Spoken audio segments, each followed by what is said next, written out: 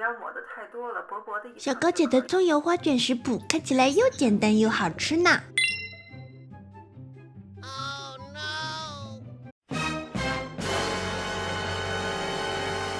第一次做的花卷完全的失败了，为什么会变得又黏又酸呢？视频的最后我会和你们分享这一次失败的经验。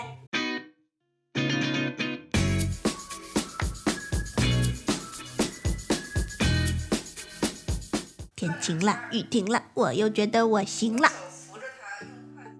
把材料都倒进料理机，我们的多功能料理机用了好多年，超棒的，可以做好多事情，和面一定也很厉害哦。可是290克。我不知道。你不是拍了吗？不像是在和面嘛。来，接下来手揉了。把面团从料理机拿出来之后，手揉就不那么黏了。我怎么觉得你做出来的面团子比较适合烤面包啊？休息15分钟。学小高姐，给面团倒一点油之后休息90分钟，等待期间做了葱油。90分钟后可以开始卷啦。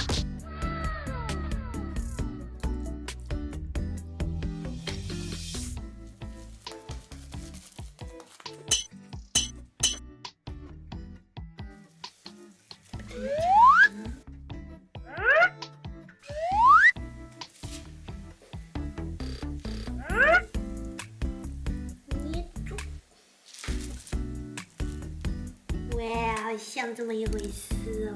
哎，别塌呀！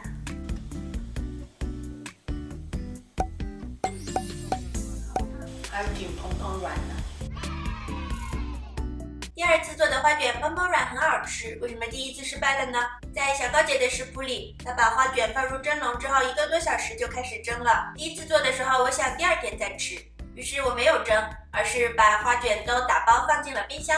这样酵母就继续存活，并且发酵了1天。第2天，面团变得又酸又黏，非常不好吃。所以如果做了花卷，不打算当天吃，也要当天蒸熟，吃的时候再拿出来加热就可以了。今天的分享就到这里啦，喜欢的朋友欢迎分享、订阅、点赞哦。